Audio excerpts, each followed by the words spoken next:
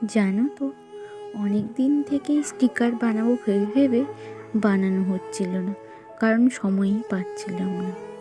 প্রত্যেক দিন কলেজ যাওয়া আসা ওই করতেই সময় চলে যায়।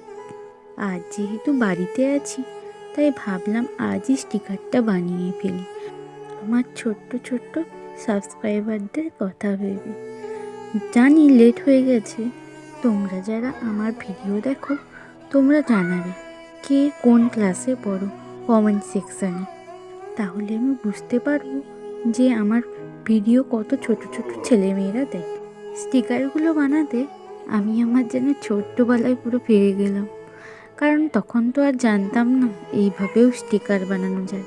তাও কাগজের ওপরে কিছু ফুল, কিছু পাতা এঁকে বানানোর চেষ্টা করতাম।